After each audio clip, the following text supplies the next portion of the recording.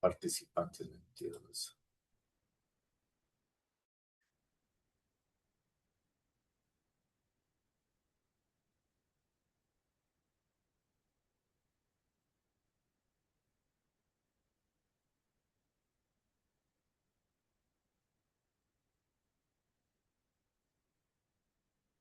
Jessica,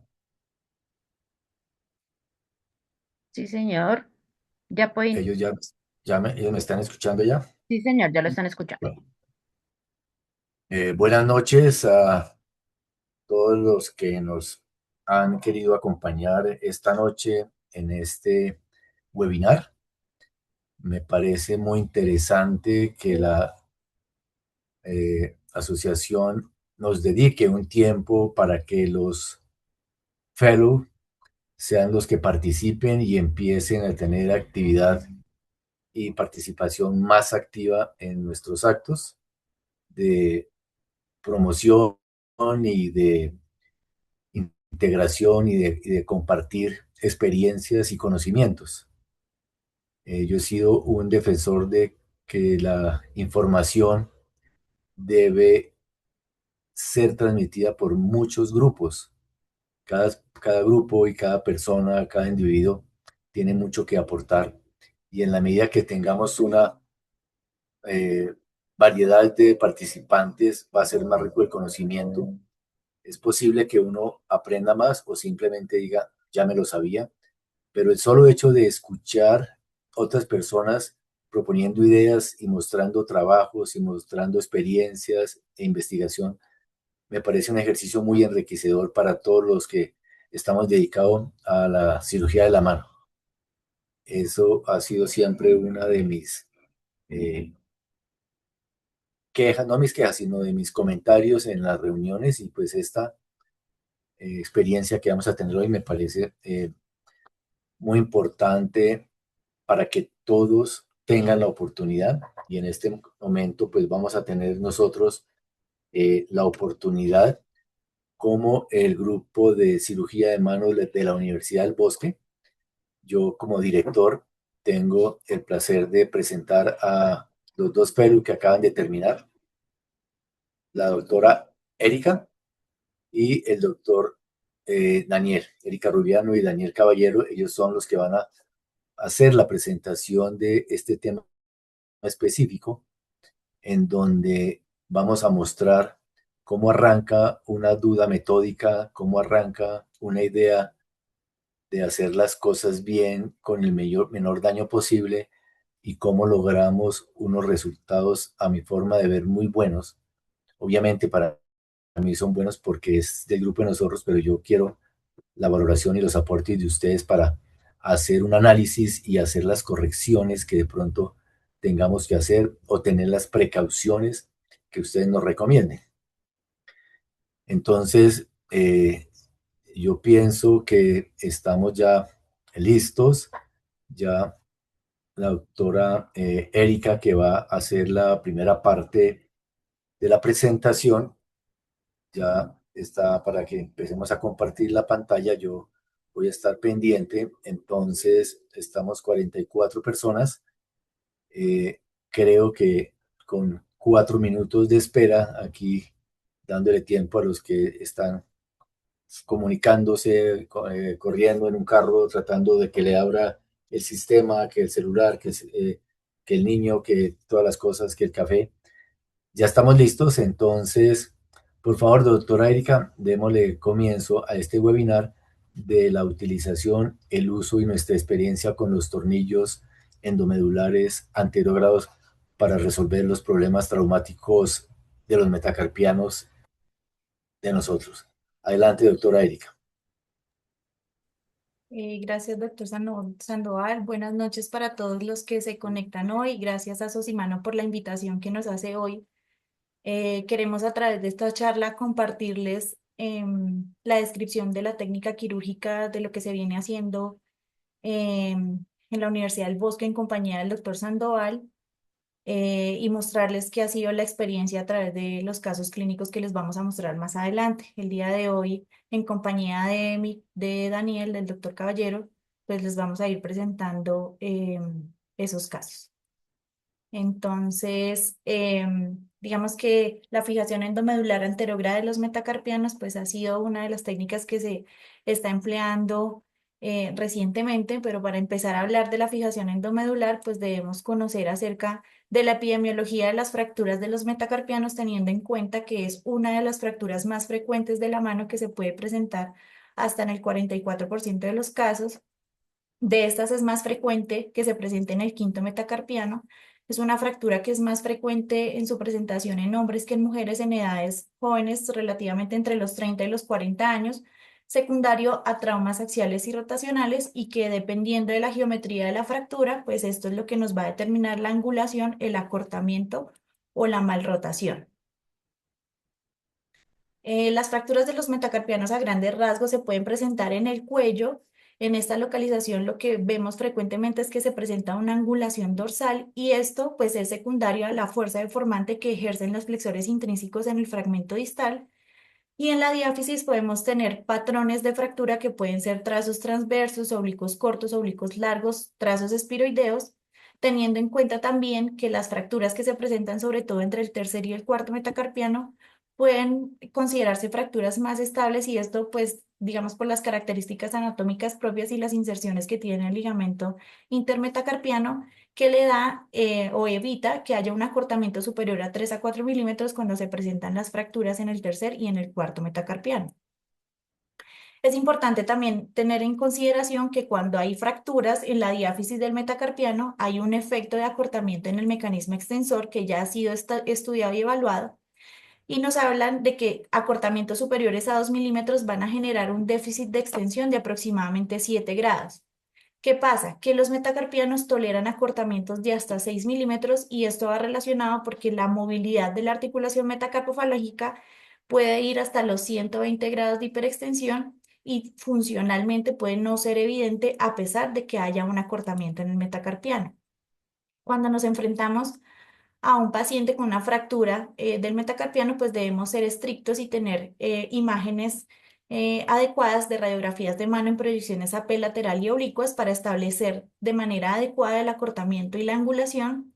El doctor Goes en su estudio nos habló acerca de una proyección con supinación de 30 grados que nos permitiera observar la angulación real cuando se presenta una fractura. Y él durante su estudio nos muestra que cuando se hace una proyección con 30 grados de supinación, podemos tener una mejor visualización de toda la parte ósea, menor distorsión de la angulación, menor superposición ósea, y que sobre todo cuando tenemos fracturas en el cuello del metacarpiano, la concordancia entre la angulación evidenciada clínicamente y radiográficamente puede ser superior al 91%. Los objetivos de tratamiento para el manejo de las fracturas de los metacarpianos pues incluyen la reducción anatómica, una adecuada estabilidad, la rehabilitación temprana. Sin embargo, tener en cuenta que algunas fracturas de la diáfisis y del cuello no siempre requieren una reducción anatómica o una fijación rígida, pero lo que no se tolera realmente es la malrotación, que es clínicamente evidente en los dedos del paciente. La Asociación Americana de Cirugía de Mano estableció unas indicaciones quirúrgicas en las cuales se incluyen los acortamientos superiores a 6 milímetros cuando hay angulaciones residuales superiores a 30 o 40 grados, sobre todo para el cuarto y el quinto metacarpiano, la malrotación, fracturas segmentarias, fracturas inestables o el compromiso intraarticular de la cabeza del metacarpiano, en la cual presentemos escalones superiores a 1 milímetro o compromiso del más del 25% de la superficie articular. Dentro de las opciones de tratamiento no debemos olvidar el manejo ortopédico con la inmovilización con férulas de Burkhalter, tener en cuenta que podemos dentro de ese arsenal hacer uso de los clavos de Kirchner percutáneos, el uso de clavos de Kirchner endomedulares, ya sea anterógrados o retrógrados, la reducción abierta y la fijación interna con tornillos y con placas, la fijación endomedular con tornillos sin cabeza con técnicas retrógradas que se ha venido utilizando más o menos desde el 2010, y un poco de lo más reciente, que la fijación endomedular anterógrada, que es lo que queremos mostrarles el día de hoy. No olvidar que el manejo quirúrgico, pues digamos que es válido también para algunas fracturas, como lo describió el doctor Burkhalter desde su artículo en el 89, que si uno hace una inmovilización adecuada y eso tiene un seguimiento estricto, tanto clínico como radiográfico, a las 4 semanas, pues los resultados son satisfactorios, y esto también es basado en los estudios que se han hecho funcionales explicando que los metacarpianos toleran angulaciones de hasta 10 grados, sobre todo para el segundo y el tercer metacarpiano, 30 grados para el cuarto metacarpiano, 50 y 60 para el quinto, e incluso alguna literatura manifiesta que hasta 70 grados de angulación para el quinto metacarpiano. ¿Qué nos dice la literatura cuando se hacen los estudios para comparar las diferentes opciones quirúrgicas que tenemos? Entonces, que los clavos de Kirchner son suficientes para soportar las cargas cuando sometemos esos metacarpianos durante el periodo de rehabilitación, pero los tornillos endomedulares son biomecánicamente superiores a los clavos de Kirchner, sobre todo porque nos contribuyen a controlar las fuerzas rotacionales que actúan sobre la fractura, pero se consideran menos estables que las placas dorsales. Adicionalmente, pues a pesar de que proporcionan una resistencia similar a las placas bloqueadas, tienen una ventaja, y es que pueden evitar la lesión tendinosa que ocurre en la mayoría de las fracturas cuando utilizamos abordajes para la colocación de las placas. Se han hecho algunos estudios de tomografías para evaluar cómo es el compromiso de la superficie articular cuando se utilizan técnicas con tornillos retrógrados. El doctor Huang hizo un estudio por TAC en la cual estableció cuál era el porcentaje de la superficie articular de la base de la falange que tenía contacto con la cabeza del metacarpiano, y tuvo pues en cuenta cuando estaba esta en posición en neutro, cuando estaba en 45 grados de abducción o aducción, y en todo el arco sagital de movimiento, que es lo que clínicamente nos importa un poquito más, teniendo en cuenta que ésta se mueve hasta 120 grados de hiperextensión. Él estableció también en este estudio cuál era el compromiso de la superficie articular cuando se utilizaban tornillos de fijación retrógrada, estableciendo que el compromiso podía ser de más o menos 4 a 5% de la superficie con tornillos y hasta el 1,2% utilizando clavos de Kirchner. También estableció que cuando se ponía en contacto y en movilidad, el centro de la base de la falange proximal realmente no entraba en contacto con el punto de entrada del tornillo en casi el 85% de ese arco sagital. Estableció que el contacto ocurría principalmente cuando la base de la falange proximal se encontraba en hiperextensión de la articulación, y esto se estableció como una zona sin carga. Sin embargo, clínicamente, y cuando uno lleva a un paciente a cirugía, no es tan fácil siempre localizar el tornillo en la parte más dorsal del metacarpiano para minimizar el riesgo de la lesión del cartílago condral en esta articulación. Entonces, teniendo en cuenta esto y teniendo en cuenta todo el arco de movilidad de la articulación metacarpofalángica, va surgiendo la duda de por qué, si la articulación carpo-metacarpiana es una articulación menos móvil que la metacarpofalángica, ¿por qué no hacer las técnicas de fijación anterograda, teniendo en cuenta que la articulación carpo-metacarpiana son articulaciones de tipo artroidea que tienen muy poca movilidad, de 0 a 5 grados para el segundo y el tercer metacarpiano, y el cuarto y el quinto son un poquito más móviles, teniendo entre 15 a 30 grados de movilidad respectivamente? Se han hecho revisiones sistemáticas en la cual se han establecido cuáles son las complicaciones de estas técnicas retrógradas. Esta revisión sistemática se hizo en octubre del 2024 y incluyó todos los estudios que tuvieran fijación intramedular, pues debido a su último uso de estas técnicas en la última década. En esta revisión sistemática se encontraron 26 estudios, incluyeron, y ellos nos muestran a favor que tiene técnicas que tiene una movilización temprana posterior a la cirugía, la menor morbilidad de los tejidos blandos, la fijación rígida que nos permite un retorno laboral más rápido, con unas relativamente bajas tasas de complicaciones que van hasta el 5,3%, las cuales se pueden clasificar en tres grupos principales: las complicaciones funcionales, como las más frecuentes, la rigidez y el retraso de extensión, o el acortamiento del metacarpiano; otras en las cuales las nombran pero no se establece el porcentaje de complicación, que son las artrosis de inicio temprano; y otras relacionadas per se a los tornillos, ya que los tornillos pueden doblarse, fracturarse o migrar. Sin embargo, a pesar de que se establecen todas estas complicaciones, no nos hablan nada acerca de la lesión del cartílago articular y la lesión del mecanismo extensor. Entonces, el doctor Huang, tal vez en relación también a estas dudas que nos surgieron a nosotros, en el 2019 nos presenta una técnica de fijación anterograda que se hizo en cadáveres con fracturas transversas en la diáfisis proximal, mostrando unos resultados favorables. Él en su técnica describe que utiliza una guía de entrada por vía retrógrada, transgrediendo la articulación metacarpofalángica, la cual la recupera en la base del metacarpiano sin comprometer la articulación carpometacarpiana. Esta la recupera a través de una incisión dorsal y a través de ella hace el brocado del canal y el paso anterógrado del tornillo canulado, como se muestra en las imágenes. También en su estudio él muestra cuál es el defecto articular en la base de los metacarpianos y lo establece en relación al porcentaje de superficie de la base del metacarpiano, siendo superior o aproximadamente casi 4,9% del compromiso de la base del metacarpiano en su estudio. En relación a este estudio, él aporta otro estudio más adelante en la cual evalúa la morfología de los metacarpianos utilizando imágenes de tomografía y establece todos los parámetros y dentro de estos parámetros él evalúa y nos da una frase importante que es el overhang, haciendo referencia a la porción del metacarpiano que sobresale de su correspondiente hueso del carpo adyacente, ya sea dorsal o cubital si estamos hablando del quinto metacarpiano. Estas mediciones las establece por TAC y él determina que para el primer, el tercero y el quinto metacarpiano, pues tenemos una sobreposición que es más o menos de unos 4 milímetros, que no es despreciable y que facilitaría, en este caso, el ingreso de la guía y del tornillo para fijación anterógrada. ¿Qué nos dice la literatura finalmente con las técnicas retrógradas? Pues son, digamos que técnicas que tienen mayor familiaridad entre los cirujanos, se han establecido que pueden tener un acceso más fácil al canal medular. Con respecto a los resultados estadísticos, pues se han establecido que tiene mejores fuerzas de agarre en el seguimiento posoperatorio, menores indicaciones y puntuaciones en las escalas de dolor, menor tiempo de consolidación con respecto a otras técnicas de fijación y menores complicaciones, sobre todo relacionadas con la presencia de rigidez.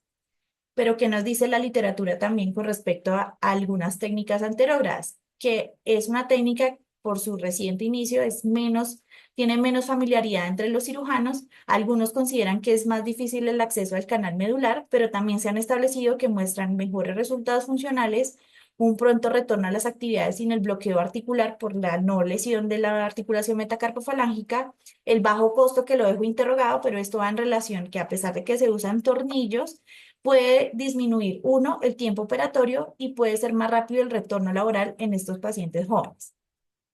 Finalmente, cuando se hace un comparativo entre las técnicas de fijación retrógrada y anterógrada con tornillos, tenemos que tener en cuenta que la lesión del cartílago articular, a pesar de los estudios biomecánicos que se haya establecido hasta el 6% en alguna otra literatura, no es un porcentaje despreciable. La literatura también ha mostrado que la lesión del mecanismo extensor puede ir incluso hasta el 50%, a pesar de que se usen técnicas percutáneas y otras complicaciones como la migración del tornillo. Y para las técnicas anterógradas, pues digamos que las complicaciones técnicas tienen menor incidencia reportada, la rigidez es mucho menor que con la técnica retrógrada y lo más importante, razón por la cual surge la duda de crear la técnica, es la preservación articular para minimizar el daño de la articulación metacarpofalángica y digamos que considerar que el daño que ocurre en la articulación carpometacarpiana puede ser menor a ser una articulación mucho menos móvil.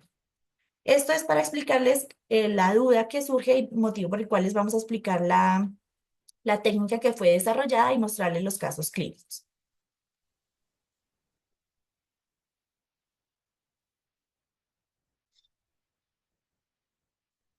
Entonces, basados en estas dudas que surgen, el doctor Juan Sandoval junto con el doctor Vivas y el doctor Juan Felipe Gutiérrez, que aprovechamos para darles las gracias por compartirnos partes de los documentos, empiezan a realizar un estudio cadavérico. Este estudio denominado Descripción anatómica de la fijación endomedular anterógrada de los metacarpianos, un estudio cadavérico realizado en el CLEMI, cuyo objetivo era describir la técnica de fijación anterógrada del segundo al quinto metacarpiano en 8 componentes cadavéricos y pues realizar una descripción de la técnica quirúrgica y describir las complicaciones en relación a las lesiones condrales en la base del metacarpiano y las lesiones del mecanismo extensor.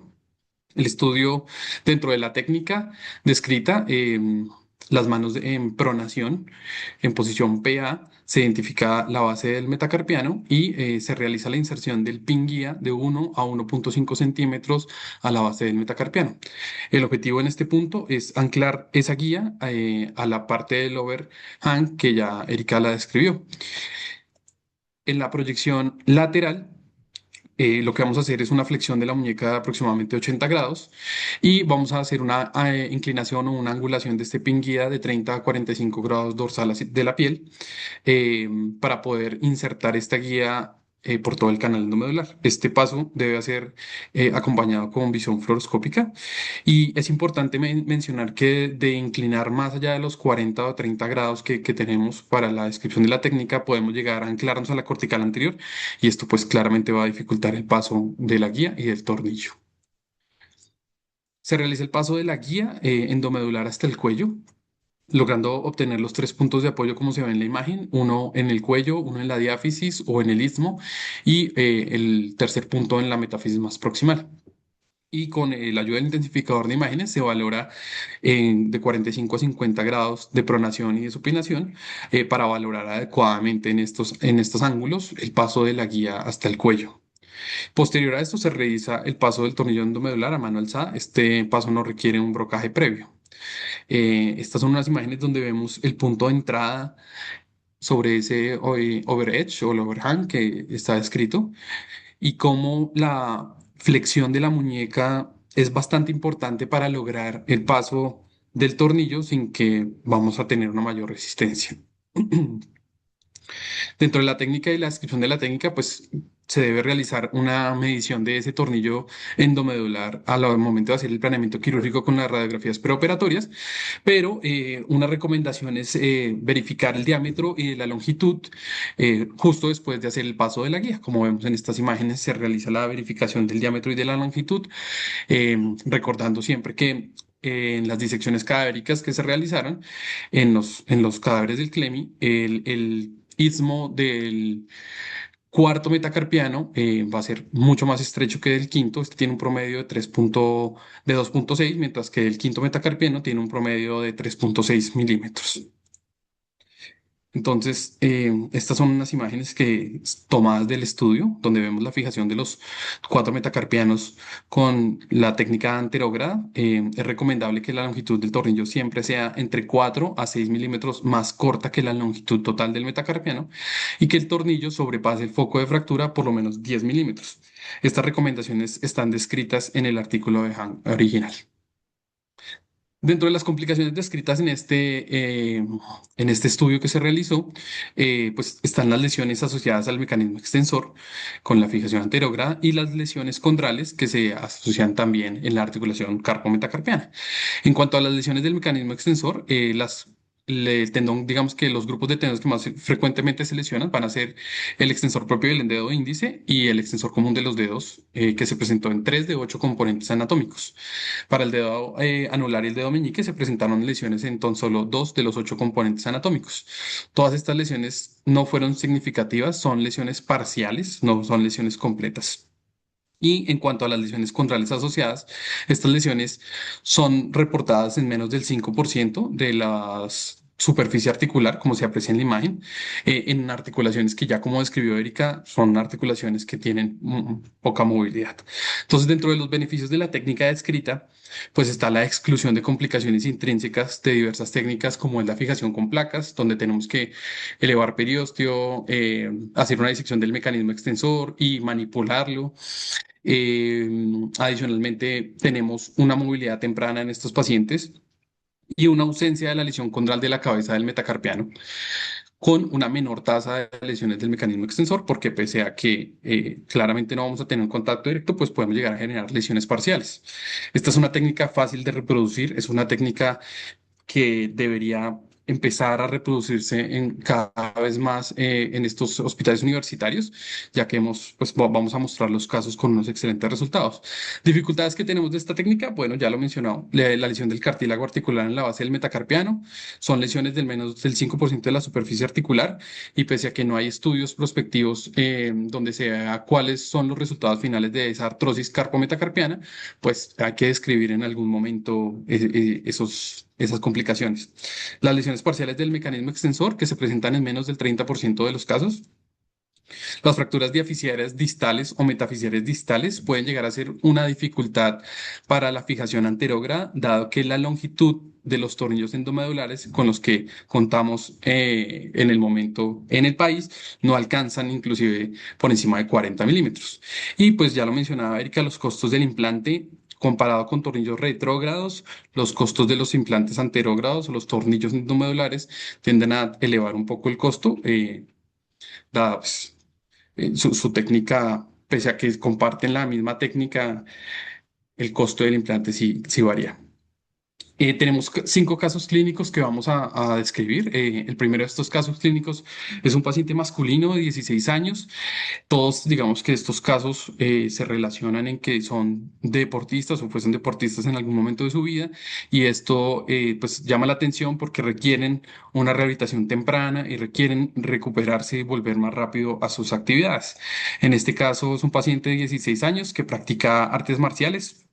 Él sufrió una fractura diaficiaria con un trazo transverso, una indicación para una fijación con un tornillo tanto retrógrado y en este caso pues utilizamos la técnica anterógrada. Para este tipo de fijación, los estudios biomecánicos demuestran que las fijaciones con tornillos endomedulares generan una resistencia de 250 newtons y esta resistencia va a ser superior a la fijación con placa que genera hasta 200 newtons. Este es el resultado posterior a la fijación. Eh, en estos casos, todos estos pacientes que fueron llevados a la fijación, se hizo un protocolo de rehabilitación que inició después de la segunda semana. Se inmovilizaron con una férula de Bull-Halter que permitía la movilidad de la articulación metacarpofalángica por 2 semanas y a la segunda semana se retiró la inmovilización para iniciar la movilidad libre. Este es un video del paciente donde vemos que la movilidad es completa y la incisión que se alcanza a apreciar sobre la base del segundo metacarpiano es una incisión menor a 2 centímetros. El segundo caso, un paciente de 39 años de edad. Este es un paciente futbolista profesional, muy conocido en el medio. Tuvo una fractura diaficiaria del tercero y del cuarto metacarpiano. Y aquí ya empezamos a describir un poquito que la técnica anterograda se extiende a las de las indicaciones que están descritas actualmente, porque las indicaciones retrógradas están dadas para fijaciones de fracturas con trazos oblicuos cortos o con trazos transversos.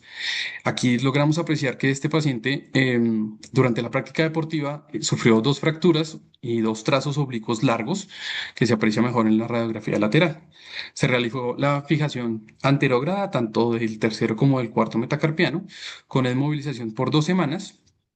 Y para este caso, los estudios biomecánicos nos describen que pese a que los tornillos endomedulares generan una resistencia de aproximadamente 209 newtons, vienen en segundo lugar.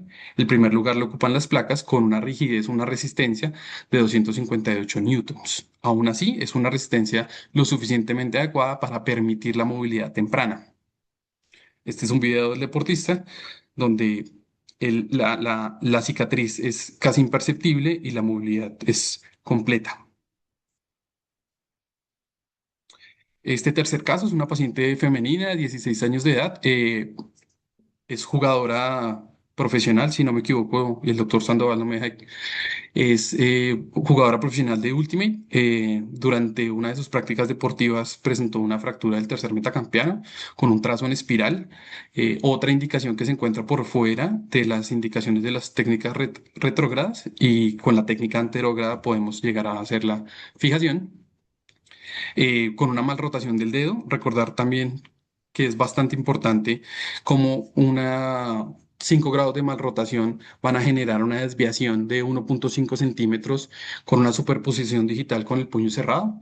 La paciente fue llevada a una fijación. Aquí vemos como el paso de la guía en la proyección lateral con una inclinación de 30 a 40 grados, el paso a través del foco de la fractura y cómo corroboramos el tamaño del diámetro y la longitud del mismo con unos resultados bastante buenos.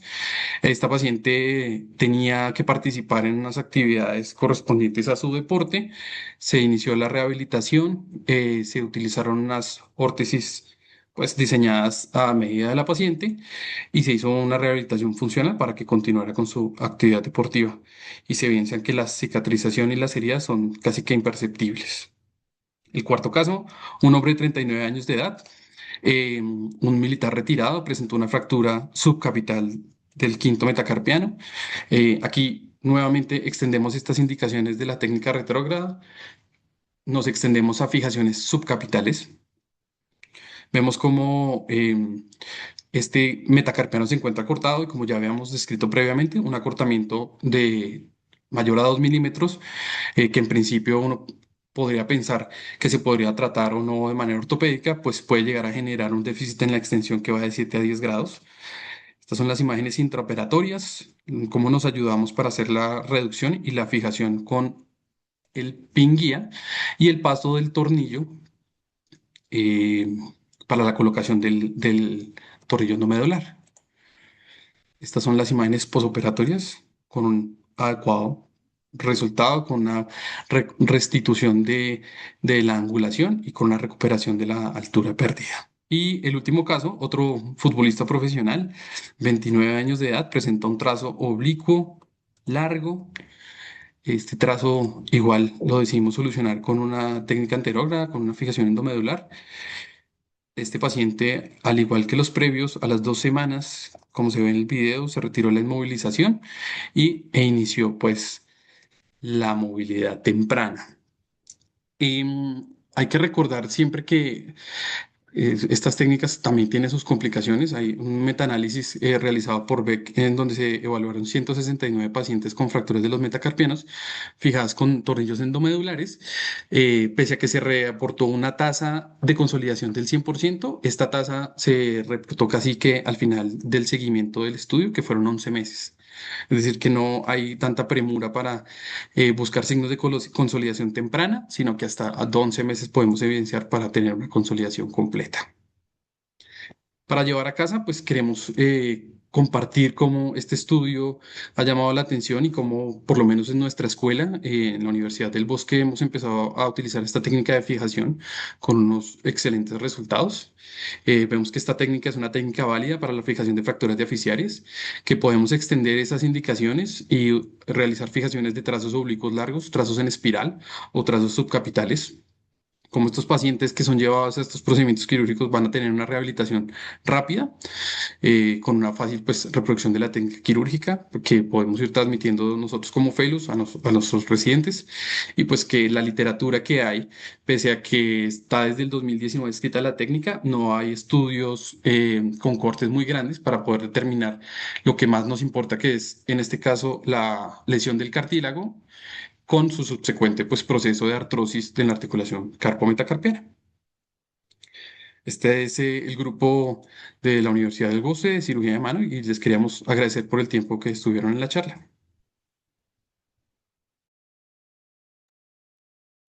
Bueno, doctora Erika y doctor Daniel, muchas gracias. Ahí nos están llegando varias preguntas antes de empezar a leer y contestar.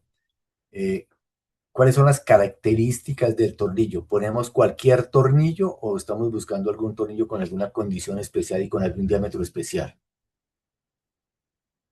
Alguno de los dos que me responda y explique.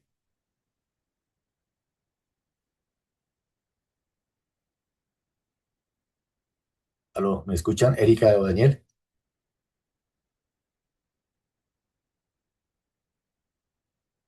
¿Aló? Jessica, ¿me están escuchando? Sí, señor. Por favor, si quiere cualquiera de los dos puede abrir el micrófono. Ya, perdón, profe, no, es que no le veíamos. Bueno, digamos que para la fijación de esta fijación anterograda, una de las cosas más importantes es que este tornillo nos va a permitir retirarlo. Cuando nosotros hacemos la colocación del tornillo, este tornillo tiene en el atornillador un clic que nos va a permitir realizar un retiro del tornillo sin ningún inconveniente, cosa diferente a otros tornillos que no permiten un retiro del tornillo, permite un anclaje adecuado al tornillo. Doctora Erika, los diámetros de los tornillos, ¿qué, ¿cómo están con respecto a nuestros pacientes? ¿Qué ha podido observar usted en su año de fellow? Profe, pues la literatura ha hecho también estudios biomecánicos para establecer cuál es el diámetro ideal que nos provea la estabilidad necesaria para hacer la rehabilitación adecuada. Algunos estudios dicen que se necesitan incluso aproximadamente que esa estabilidad sea hasta 10 o 30 newtons porque uno quiera iniciar con una movilidad pasiva y luego una movilidad activa y han comparado los tornillos de 3.0, 3.5 hasta 4.0 y se ha establecido que los de 3.5 y 4.0 son superiores a los de 3.0, a los de diámetro de 3.0 con respecto a la estabilidad, pero en este caso uno prefiere utilizar el menor diámetro con el objetivo de transgredir lo menor posible la articulación. Por lo general se utilizan estos tornillos de 3.5, 4.0, se debe hacer un adecuado planeamiento para establecer el tamaño del istmo y tener en cuenta sobre todo, por ejemplo, si vamos a hacer fijaciones en el cuarto metacarpiano, que es el que tiene el istmo más angosto.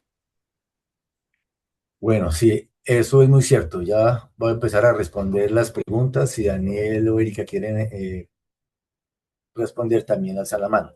Entonces tenemos aquí preguntas.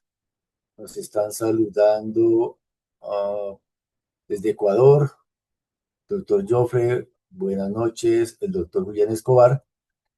Y ahora vienen las preguntas. A Venezuela también nos está escribiendo. Nos hace una pregunta. ¿Es necesaria la férula si con el tornillo queda estable? A ver, la verdad, cada vez las uso menos o cada vez las usamos menos. Cuando los pusimos, estamos usando la férula de protección por 2 semanas. Hoy en día, cuando uno queda muy tranquilo con la fijación, eh, o uso una férula por 1 semana o inclusive un vendaje blando, siempre y cuando tenga un paciente que yo considere que sí me va a hacer caso a las recomendaciones, entonces estamos retirando la férula. Yo creería que si uno queda muy estable, podría uno dejarlo con un bultoso, pero siempre y cuando logre uno tener una confianza en que el paciente va a hacer caso a las recomendaciones de no empezar a hacer actividades de carga, peso o impacto con la mano. Eso nos lo mandan desde México. ¿Qué pasa en la ruptura del caso de este material? Si este material se rompe, estamos ante una complicación muy grande que sería muy parecido a que si se parte la placa. ¿Qué hay que hacer? Nos toca abrir y hacerle una osteotomía longitudinal para sacar el tornillo. El tornillo, como dijeron ellos, este tornillo de la casa comercial que lo estamos usando, tiene un sistema de rosca inversa que se logra localizar por el mismo orificio endomedular, parecido al que tiene cuando uno utiliza el set de tornillos perdidos para poder extraer los tornillos. Él se puede enganchar y le puede uno hacer giros, rosca inversa y tracción para poderlo retirar. No se nos ha roto ninguno, siempre hemos tenido ese miedo, pero igual con las placas también puede llegar a ocurrir que fallen las placas y también es una tragedia porque toca volver a desbaratar todo y recolocar alguna placa. Entonces, hasta el momento no tenemos ninguna complicación de ese tipo. Sé que la vamos a tener en algún momento. Aquí otra vez, el doctor Julián. Hola, doctor Julián, buenas noches. Aquí, ¿qué se hace si es necesario el retiro? Vuelvo y le comento, idealmente esperamos que no sea necesario. Es un clavo endomedular que no va a tener problema. Recomendación no solo para estas fracturas, sino para todos los que coloquen tornillos.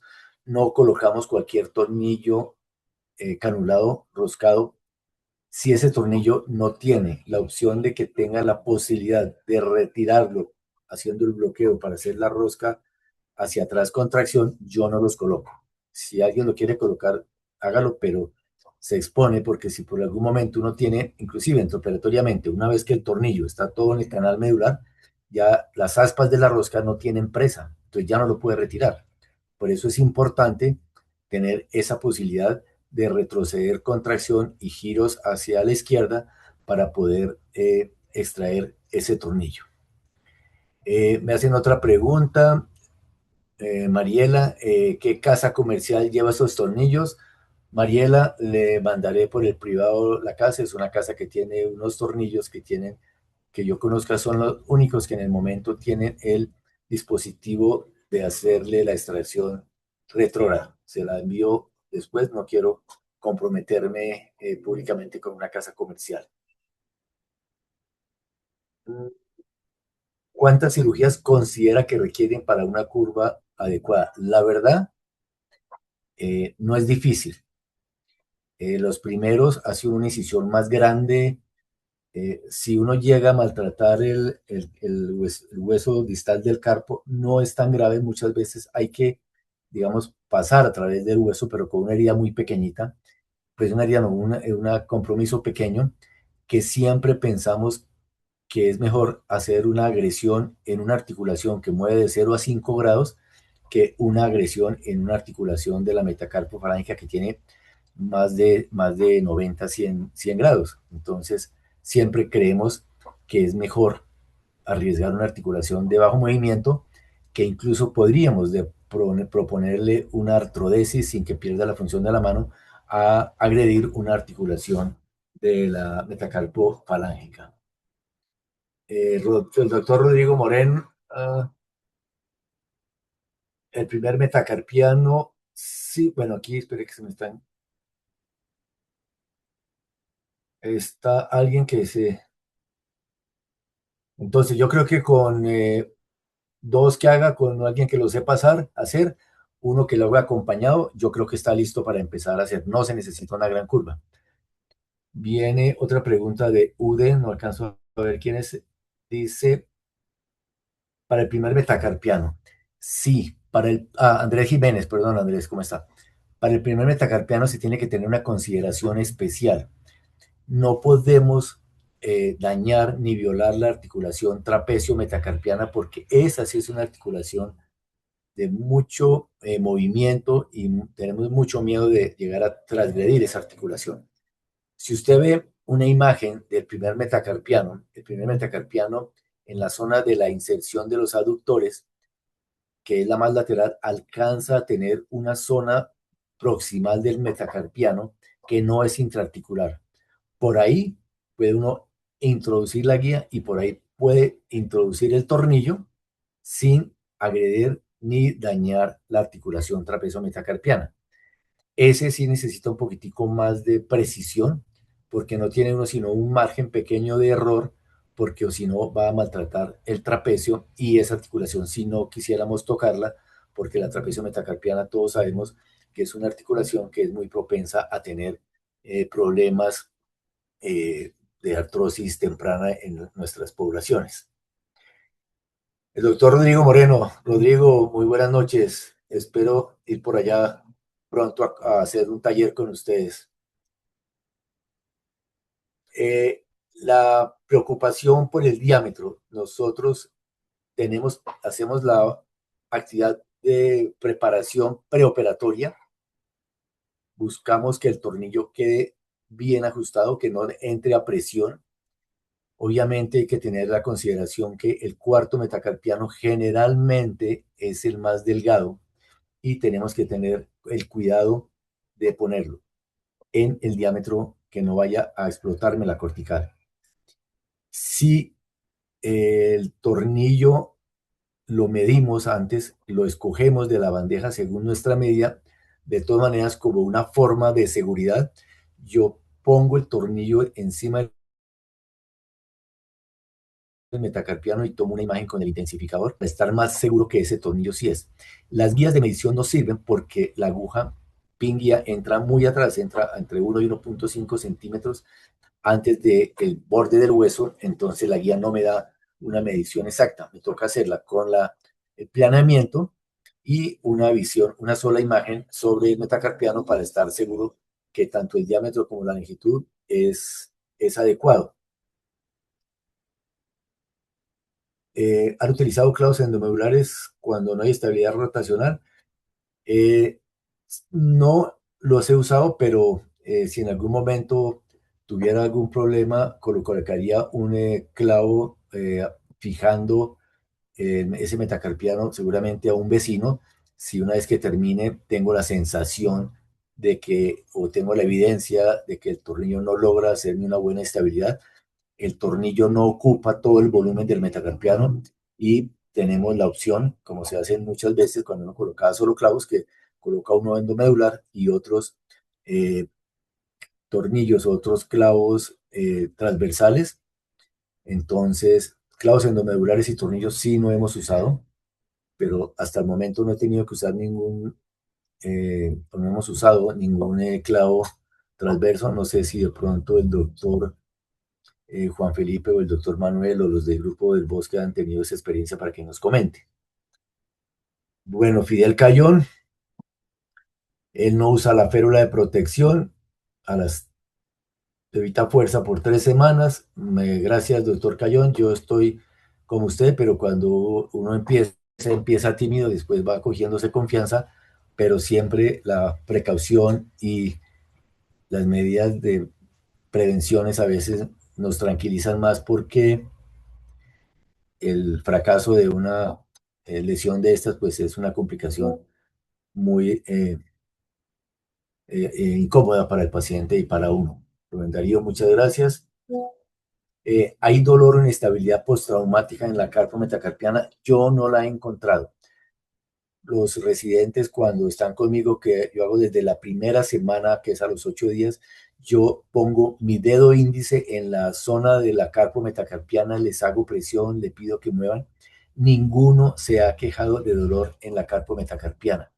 La inestabilidad no se va a producir porque el orificio que hacemos es relativamente pequeño, no alteramos la capacidad, digamos, de estabilidad ligamentaria, entonces no hay inestabilidad. No he tenido dolor y si pienso que si en algún momento algún paciente presenta una artrosis o una condrolisis por el paso del tornillo, podríamos estar pensando en hacer una artrodesis disminuyendo el movimiento de una artrodia que estamos hablando de 5 grados a 0, entonces no tendría problema, pero hasta el momento no. Indican retiro en pacientes deportistas de combate. No. Casualmente todos los pacientes que no hacen deportes de alto rendimiento no han tenido estas fracturas. La mayoría de los pacientes que tenemos boxeadores, luchadores, futbolistas. El futbolista se golpea mucho la mano. Si uno saca la estadística, por lo menos en la liga colombiana, más o menos yo me he puesto a sacar tiempos, más o menos pasa 1 minuto y 23 segundos cuando algún jugador de fútbol en cualquier posición cae, ya sea porque lo tumban o porque él se lanza. Pero más o menos cada 23 minutos un jugador en el campo de fútbol durante un partido toca el piso con la mano y ahí se expone al trauma directo o a que el compañero aproveche que le ve la mano ahí extendida en el pasto y sutilmente le pone el guayo encima y le hace un movimiento de presión con algo de rotación como para generarle alguna molestia y poderlo sacar. Entonces, por ejemplo, este muchacho que es de artes marciales, yo tuve miedo, pero él ya arrancó, es un chino joven, ya está golpeando otra vez. Ya afortunadamente el último control ya vi que tenía un buen callo óseo, yo creo que se le va a romper otro y no creo que el que esté con ese tornillo. Bueno, a ver si tengo más preguntas por aquí.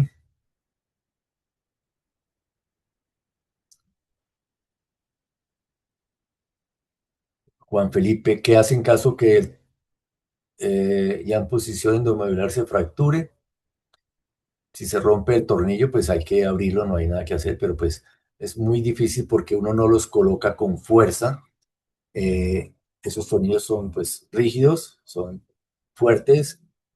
Si tengo que hacerle fuerza, tengo que cambiar porque no puedo poner un tornillo que entre con mucha fuerza porque me va a explotar el hueso, entonces es muy difícil que moleste. El doctor Fabio, buenas noches.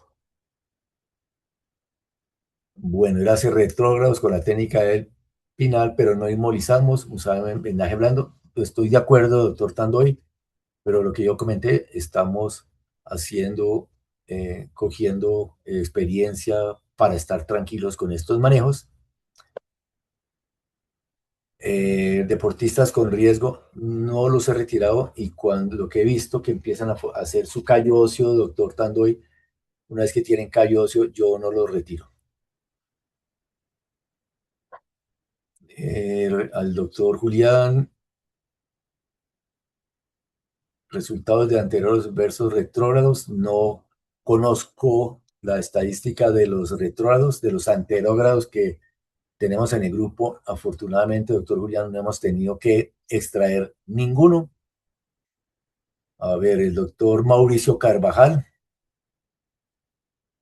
en caso de una unión, ¿optarían por realizar retiro del material injerto y placa? Seguramente sí. Hay que afinar la puntería para volver a deslizar la guía por el tornillo. Seguramente hacer un paso de broca hasta el tornillo, localizar la guía y empezar a hacer el retiro con el dispositivo que se tiene para retiro y pasarlo, sí, a una placa con injerto. Espero, ojalá que nunca me toque. Está siempre esa posibilidad, pero espero que le toque a mis alumnos y no a mí ya. Aquí está otra pregunta. Quisiera saber si existe indicación para fijación de fracturas de primer metacarpiano con tornillos endomedulares. Ya la comentamos que hay que tener el punto de entrada en el borde externo. Bueno, en caso de deformidad angular hay que hacer osteotomías en el metacarpiano, sí.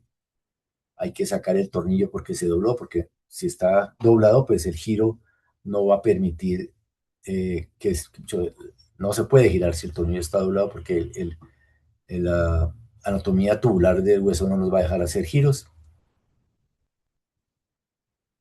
El telescópico, cuando usa este tornillo, tenemos que ser más cuidadosos, eso nos lo manda Mauricio Carvajal, tenemos que tener la precaución de que tengamos un tornillo de la dimensión más exacta, un poco más en los extremos para poderlo llevar a su punto y que la fractura no sea una fractura con una conminución muy severa, porque si es muy severa estamos más expuestos a que si se vaya a hacer un acortamiento de ese metacarpiano. Entonces es bueno, pero no es la única solución. Hay que interpretar la fractura para poder escoger bien el material.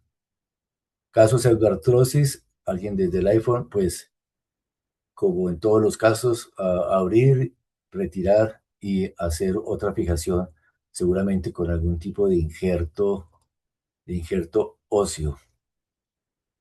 No sé si queden más preguntas. No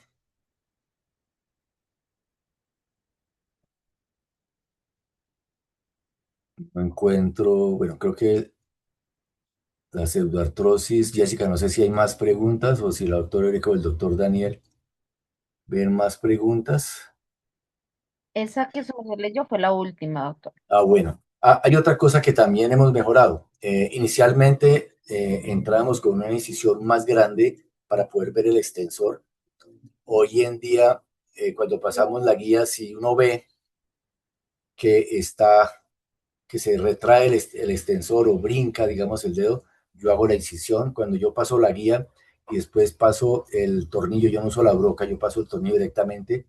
Si veo que el extensor de cualquiera de los dedos, pues obviamente en el eje donde estoy, tiene algún tipo de tracción, contracción, inmediatamente suspendo y hago. Cuando veo que el extensor no tiene ningún tipo de movimiento, cuando estoy empezando a hacerle el efecto de atornillar y el torque para que vaya entrando, no le hago sino la incisión mínima, que a veces le coloco un punto. Hoy en día le estoy poniendo un esparadrapo pequeñito y no más. Bueno, no sé, creo que están todas las preguntas, Jessica. Sí, señora, así es. Bueno, yo los invito a que eh, empiecen a usarlos con más confianza.